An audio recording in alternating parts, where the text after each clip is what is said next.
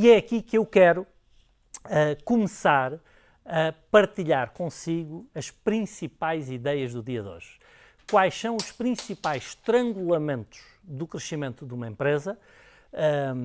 O que é que faz com que grande parte das pequenas e médias empresas não funcionam e como é que nós podemos resolver esses estrangulamentos, como é que nós podemos desatar esses nós para aparecer com resultados que antes não seriam possíveis. E eu gosto sempre de chamar a atenção e de lembrar que os resultados das pequenas e médias empresas estatisticamente são verdadeiramente dramáticos. O que é que isto significa?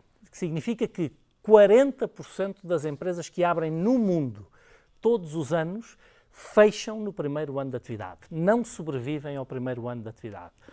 80% destas empresas que todos os anos abrem no mundo não sobrevivem mais do que 5 anos de atividade. Então, 80% fecham nos 5 anos seguintes à sua inauguração, à sua fundação. E 96% destas empresas fecham nos primeiros 10 anos de atividade. Então sobram 4%. 4% das empresas sobrevivem 10 anos. É muito pouco, verdade? E repare que eu disse que estas empresas sobrevivem, não disse que prosperam. Das que sobrevivem, talvez 2% prosperam. Cerca de 2% destas empresas passam 1 milhão de euros ou 1 milhão de dólares de faturação. Para quem nos está a seguir no Brasil, será cerca de 7 milhões de reais, 7 milhões de reais de faturamento, como se diz no Brasil. Então, 7 milhões de reais, 1 milhão de euros, 1 milhão de dólares, mais coisa, menos coisa, em termos de vendas brutas durante um exercício. Apenas 2% estima-se das empresas que se fundam no mundo conseguem ultrapassar este nível de resultado. E as razões são aquelas que eu vou explicar agora. Pelo menos a minha experiência ensinou-me que as razões são essas. E que razões são essas? A principal é uma coisa muito simples. Eu tenho-lhe chamado o mito do empreendedor. Esta ideia foi primeiramente veiculada, pelo menos da forma como eu vou fazer, por um senhor chamado Michael Gerber, um dos grandes gurus do crescimento das pequenas e médias empresas, e salvo erro num livro publicado pelos anos 80, acredito que foi nos anos 80, e o livro tinha exatamente esse nome, O Mito do Empreendedor, porque não funcionam os pequenos negócios e o que fazer sobre isso. E aquilo que Michael Gerber explica e aquilo que eu tenho experimentado na realidade nos últimos 17 anos como consultor é exatamente aquilo que ele explica. Já agora um parênteses para dizer, eu não me revejo inteiramente nas soluções que ele apresenta no livro, já ensaiei algumas delas que me parece claramente que não funcionam, a minha experiência diz-me que não funcionam, ou pelo menos não funcionam neste momento no tempo, talvez funcionassem na altura em que ele escreveu o livro ou na altura em que ele reuniu a informação para escrever o livro, talvez funcionassem nessa altura, hoje, claramente, na minha opinião, não funcionam, mas o diagnóstico continua a ser perfeito. Porquê? Porque é um diagnóstico fundamental. Este diagnóstico era verdadeiro, talvez, há uns séculos atrás, era verdadeiro no século XX, quando o livro foi escrito, continua a ser verdadeiro no século XXI, e eu não sou futurólogo, nem estarei cá no século XXII para confirmar que aquilo que eu digo é realidade, mas acredito profundamente que este diagnóstico não deixará de ser verdadeiro no século XXII e por aí fora. Porquê? Porque é um diagnóstico fundamental. Aquilo a que Michael Gerber chamou de o mito do empreendedor é exatamente o facto da esmagadora maioria dos empresários, a esmagadora maioria, montar um negócio na área técnica que domina.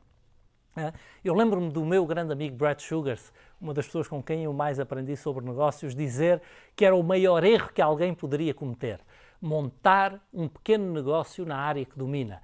O maior erro, na opinião do Brad Sugars, era que um cozinheiro montasse um restaurante, um cabeleireiro montasse um salão, um personal trainer montasse uma academia, um ginásio. Porquê? Porque o técnico que monta um negócio na atividade técnica que ele domina, no dia em que o negócio abriu, ele vai estar a fazer o trabalho técnico, não vai estar a gerir a empresa. Eu não sou tão radical como o Brad, entendo a ideia dele, a ideia está correta, talvez ele a exagere dizendo que é o maior erro que nós podemos fazer, dominar a atividade técnica do negócio que nós estabelecemos. Talvez ele até exagere conscientemente, exatamente para nos alertar para o desafio que isso significa. Então eu não seria tão radical, mas de facto temos de ter a noção de que há uma tentação muito grande para o cozinheiro ir cozinhar no dia em que monta o seu restaurante, o cabeleireiro ir cortar cabelos no dia em que monta o seu salão e o personal trainer ir acompanhar os seus clientes, dar treinos no dia em que monta o ginásio ou a academia, da mesma maneira que o corretor de imóveis ou o consultor de imóveis, o agente imobiliário, quando monta a sua imobiliária, tende a ir angariar, captar ou vender casas. A questão é que isso é o maior, ou torna-se com o tempo, o maior estrangulador do crescimento do seu negócio. Porquê? Porque se eu quero ser empresário e se eu quero ter resultados como empresário, eu não posso continuar a pensar como um trabalhador de conta de outrem. O grande problema, na minha opinião, da esmagadora maioria dos empresários é que eles estabelecem-se por conta própria com mentalidade de trabalhador por conta de outrem. E qual é a mentalidade do trabalhador de conta de outrem? Primeira coisa, gerar um salário. E se eu sou empresário, eu não posso trabalhar para gerar um salário para mim, nem posso trabalhar para alimentar um determinado estilo de vida. Não. Se eu sou empresário, há uma coisa fundamental de que eu tenho que criar consciência. Eu preciso de gerar vendas, eu preciso de gerar lucro, eu preciso de gerar fluxo de caixa. E as minhas vendas, o meu lucro e o meu fluxo de caixa precisam de crescer ao longo do tempo. E mais ainda, se eu quero ter uma empresa com resultados sustentáveis e saudáveis, o meu lucro precisa de crescer mais do que as minhas vendas e o meu fluxo de caixa precisa de crescer mais do que o meu lucro. Então, a ideia fundamental do estabelecimento de qualquer um de nós por conta própria tem que ser o crescimento da nossa empresa. Deixa de ser pagar um determinado salário a mim mesmo e alimentar um determinado estilo de vida. E mais ainda, fazer crescer vendas, lucro e fluxo de caixa é um trabalho intelectual. É um jogo intelectual, é um desporto intelectual, se quiser. Ou seja, eu faço isto através de escolhas e decisões. Não faço isto através de horas de trabalho. Horas de trabalho é aquilo que me dá um salário. Boas escolhas, boa reflexão e boa decisão é aquilo que traz o crescimento da minha empresa. Então, se eu quero ter uma empresa com bons resultados, eu preciso de assumir 4 personalidades. 4 personalidades. É verdade. São 4 personalidades. É quase uma disfunção tetrapolar. É quase criar um caso psiquiátrico. Disfunção tetrapolar. Ou seja, eu preciso de assumir 4 personalidades e assegurar que a minha empresa satisfaz estas 4 personalidades. A primeira personalidade, e uma vez que já falámos nela, eu vou-lhe chamar exatamente o operador. É a personalidade técnica. É a pessoa que assegura que tudo funciona como deve ser no dia-a-dia. Tá? É muito importante isto. Eu tenho que ser também um pouco técnico. Eu tenho que assegurar que no dia-a-dia tudo funciona. Eu tenho que assegurar que a porta abre no dia à hora que a porta deve abrir. Eu tenho que assegurar que a porta é fechada à hora que a porta deve fechar e que entre a porta a abrir e a porta a fechar, todas as operações da empresa funcionem com a máxima eficiência possível. Eu tenho que assegurar que cada um faz o seu trabalho, eu tenho que assegurar que os clientes são bem atendidos, eu tenho que assegurar que haja vendas que são feitas, eu tenho que assegurar que aquilo que nós vendemos é entregue, eu tenho que assegurar que essas vendas se transformam num lucro, ou seja, eu tenho que assegurar todas as operações do dia-a-dia. Então, talvez 30% da minha energia deva ser colocada nisso. E é verdade, apenas 30%. Porquê? Porque eu preciso de mais 70% de energia para colocar nas outras 4 áreas, nas outras 4 personalidades que eu preciso de confirmar que tenho. A personalidade do operador, do técnico, é uma personalidade que vive no presente. Ele assegura que o dia-a-dia funciona. Mas o técnico não é um empreendedor. Não, o técnico é alguém que é muito bom a fazer aquilo que ele faz e que assegura que os clientes são bem atendidos e que o trabalho técnico é bem entregue e é bem executado. Porquê é que eu digo que o técnico não é um empreendedor? Porque um empreendedor não vive no presente. Um empreendedor vive no futuro.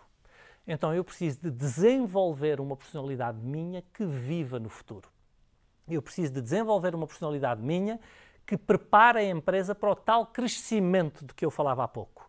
Eu preciso de desenvolver uma personalidade minha que seja capaz de olhar até ao fim da história da empresa, que seja capaz de olhar até depois de eu não estar cá, que seja capaz de olhar depois a 10 anos, que seja capaz de olhar a 5 anos, que seja capaz de olhar a 3 anos, a 1 ano.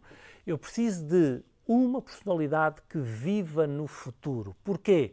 Porque é esta personalidade que vive no futuro que garante o crescimento da minha empresa, que é o driver do crescimento da minha empresa, que é o estímulo, é o carro-chefe do crescimento da minha empresa.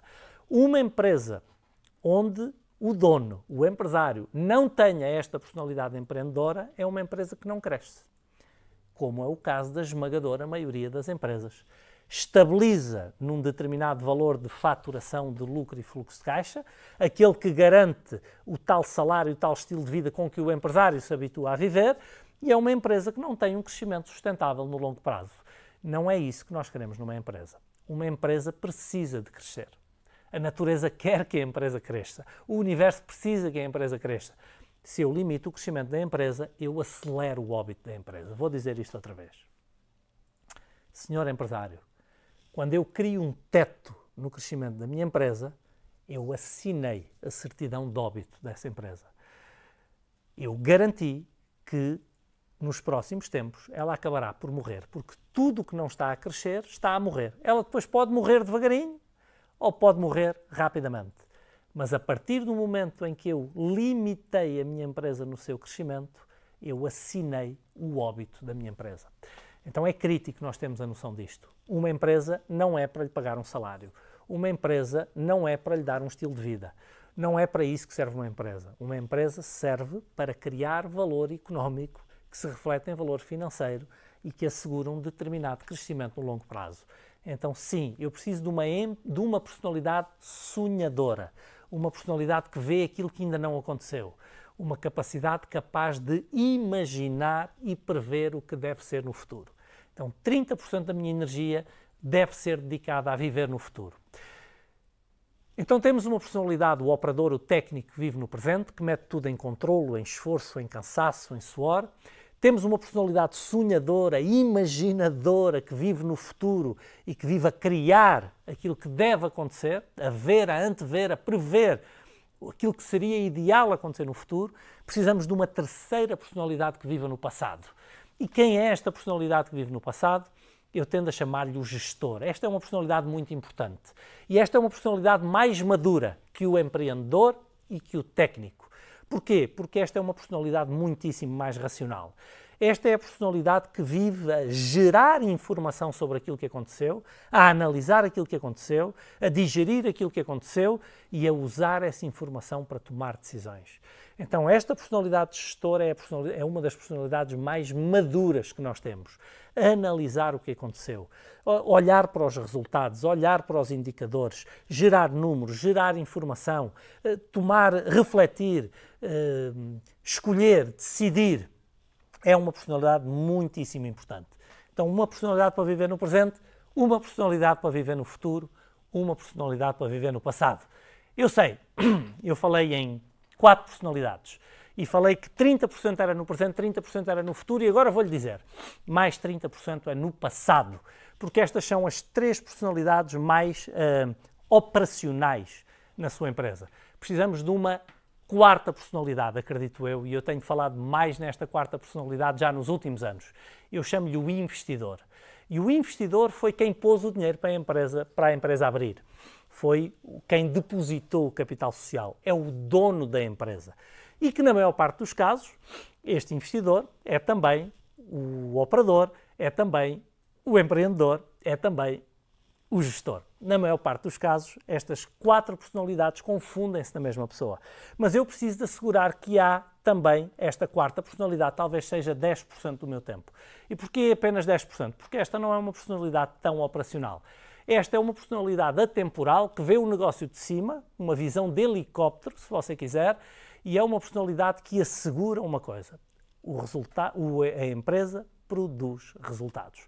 É a personalidade que exige a todas as outras personalidades que a empresa gera resultados, que gera resultados em lucro e em fluxo de caixa, mas que estes resultados se podem materializar numa de 2 formas.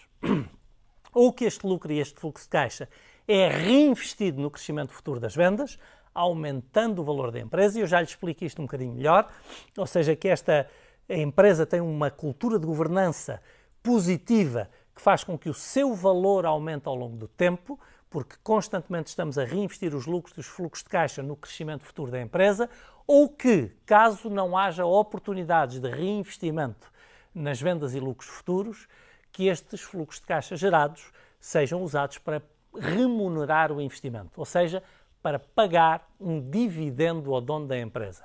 Muito importante, como gestor, como empreendedor e como operador, você tem um salário. Quanto tira da empresa todos os meses? E deve ter esse salário. Mas como investidor, você tem dividendos e ou um valor maior na sua empresa ao longo do tempo. Então, o investidor é a personalidade que mantém as outras três personalidades alinhadas, garantindo que, de alguma forma, valor é criado e que ele remunerou não apenas a sua hora de trabalho, como operador, empreendedor e gestor, ele remunerou também o seu investimento. Ele fez dinheiro com dinheiro. Então, o investidor faz dinheiro com dinheiro. O operador, o empreendedor e o gestor fazem dinheiro com as suas horas de trabalho. Deixe-me tentar explicar-lhe isso ainda um bocadinho melhor, de uma forma mais profunda. Eu vou pegar aqui no organograma de uma empresa. Olhe para este organograma como um organograma que se adaptaria a praticamente todas as empresas. Nós teríamos aqui, podemos lhe chamar um gerente, ou um gestor, um presidente, o que você preferir chamar, um CEO, portanto, o cargo operacional máximo da empresa. Vamos assumir que temos aqui uma área financeira, todas as empresas precisam de uma área financeira. Vamos assumir que temos aqui uma área mais comercial. Permita-me que eu misture o marketing e as vendas apenas a título de exemplo aqui neste setor. Não vamos discutir se isso está certo ou se está errado, mas vamos chamar uma área mais comercial e vamos dizer que temos aqui uma área mais operacional. E depois temos aqui, ao nível daquilo que acontece e daquilo que são os relacionamentos com o cliente no dia-a-dia, temos aqui as tarefas mais operacionais, da empresa. Eu quero começar por explicando estas três, ou estas quatro personalidades, explicar que não operacionalmente, mas conceptualmente, ideologicamente, talvez seja boa ideia eu pensar numa outra função no meu organograma. Ela não precisa de estar no organograma porque não é uma função operacional, mas é preciso eu ter a noção de que ela existe. E esta posição é exatamente a posição do investidor. A posição do investidor. O investidor é aquele que garante que tudo aqui funciona bem e que no final do dia ele vai ter um valor maior para a sua empresa, ou um valor maior, ou dividendos.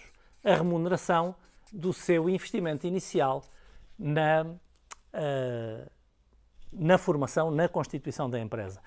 Se algum de vocês estiver na dúvida sobre aquilo que é um dividendo, dividendo é uma parte dos lucros que, acreditando que eu não preciso dela na empresa, eu, no final do ano, no final do exercício, pago ao investidor, ao dono da empresa, ao acionista, se você preferir chamar-lhe assim. Um dos primeiros estrangulamentos, um dos primeiros conflitos que nós temos no crescimento das PME é exatamente o facto de, normalmente, o operador, o empreendedor, o gestor e o investidor serem a mesma pessoa, o que faz com que eles entrem todos em conluio. Eles entram todos em conluio. O que é que significa o conluio?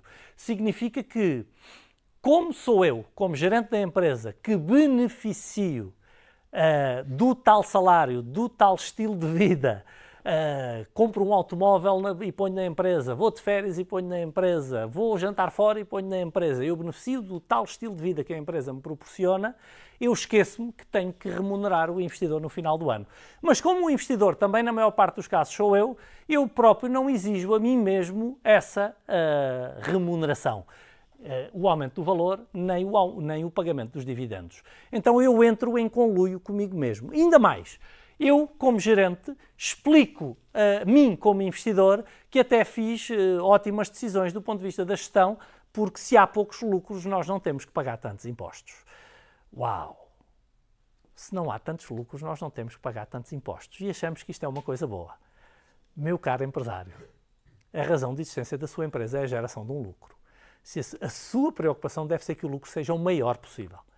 Indiretamente, a sua preocupação deve ser pagar o máximo de impostos possível. Não mais do que é obrigado, mas quanto mais impostos pagar, mais saudável é a sua empresa. Sim, as empresas servem para gerar um lucro. Se eu estou a reduzir o lucro da minha empresa, colocando lá custos de que eu não preciso para não pagar impostos, eu estou a destruir o valor da minha empresa. Então, primeira noção. A noção de que tem que haver esta terceira personalidade, ou quarta personalidade, desculpem, de investidor que exige resultados às outras, que exige a geração de um lucro, que exige o pagamento de um dividendo ou o reinvestimento desse lucro para um aumento futuro das vendas, lucro e fluxo de caixa.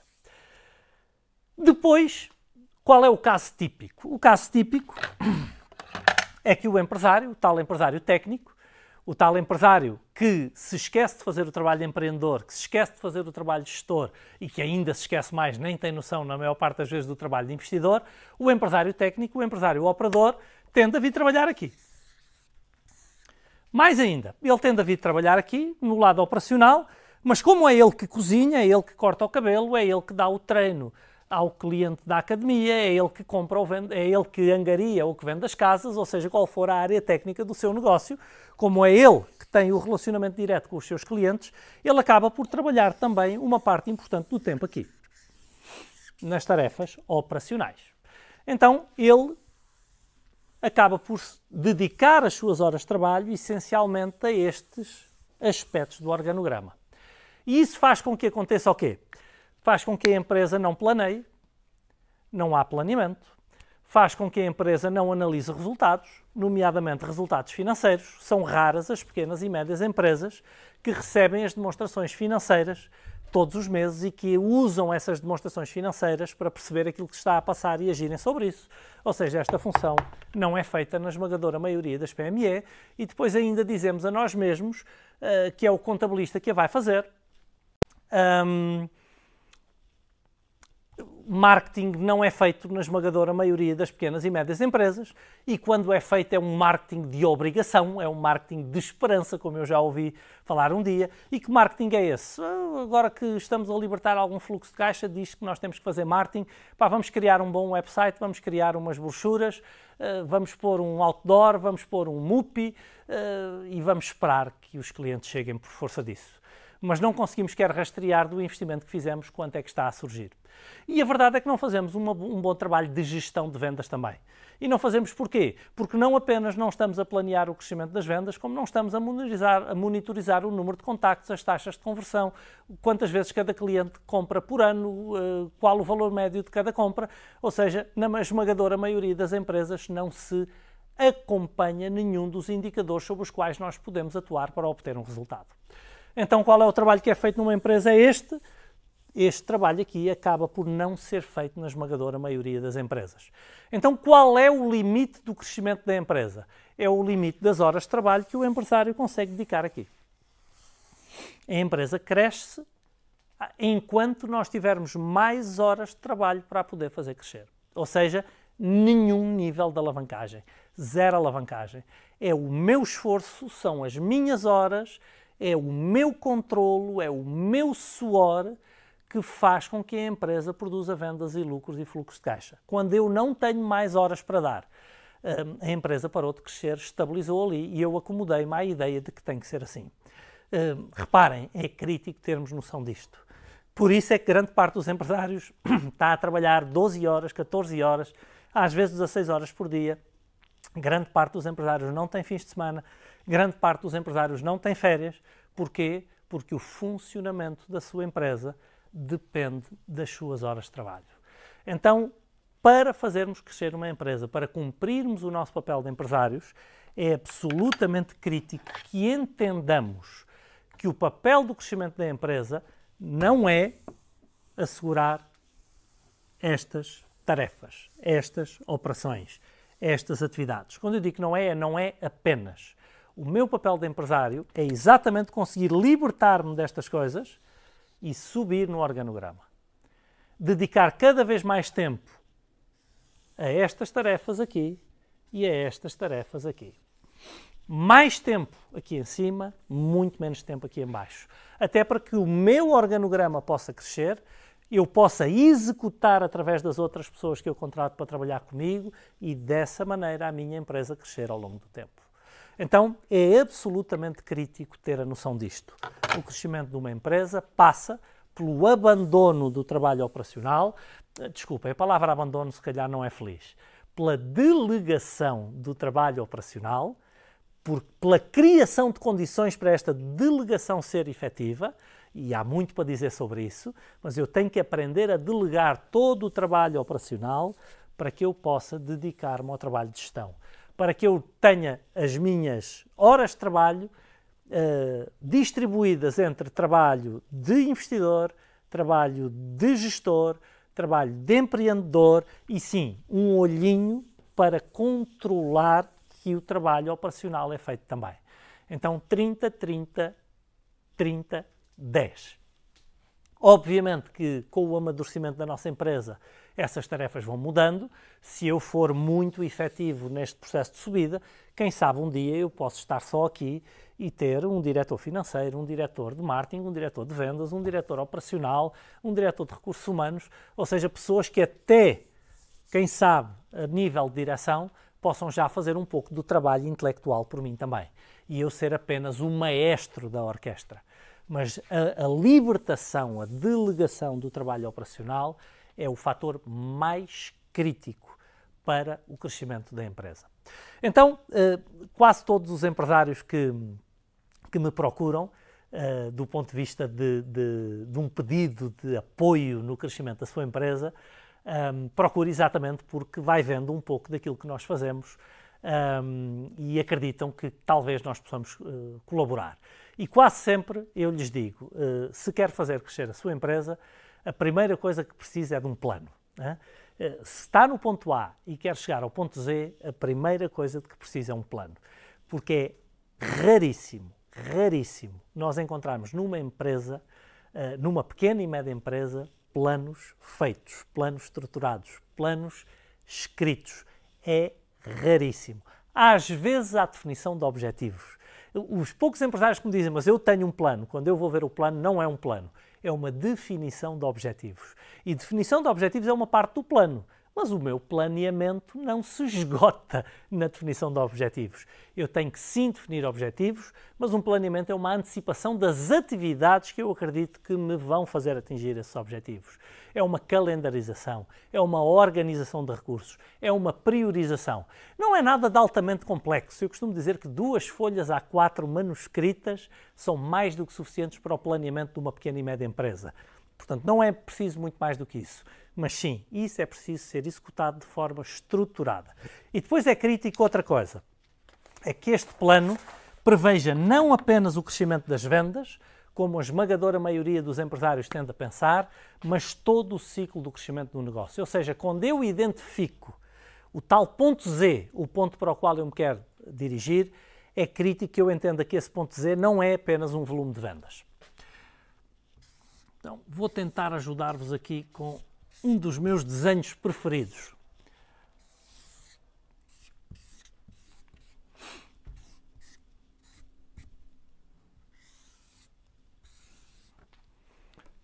Isto é aquilo que eu chamo um círculo virtuoso. Vocês vão me perdoar que eu desenho muito mal, mas é o que eu chamo um círculo virtuoso.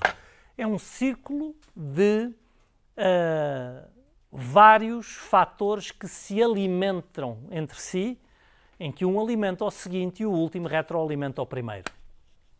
Então, sim, o meu ponto Z, o fator principal, não é principal, é primordial, é o primeiro que eu devo procurar, é a geração de um determinado volume de vendas.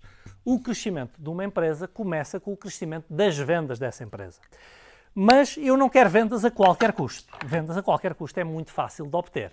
Eu quero vendas que me garantam a geração de um determinado nível de lucro. Não foi para vender que eu gerei uma empresa, ou que eu montei uma empresa. Foi para gerar um lucro. Então é crítico que eu tenha a noção de que as minhas vendas têm que se transformar num lucro. E é importante e saudável que o crescimento do meu lucro seja superior ao crescimento das minhas vendas. Agora, é importante objetivar um volume de vendas e objetivar uma margem de lucro, mas também é crítico que nós entendamos que esta figura do lucro, sendo uma figura muitíssimo importante, é apenas uma figura teórica. E porquê é que eu digo que é uma figura teórica? Porque é uma figura apenas contabilística.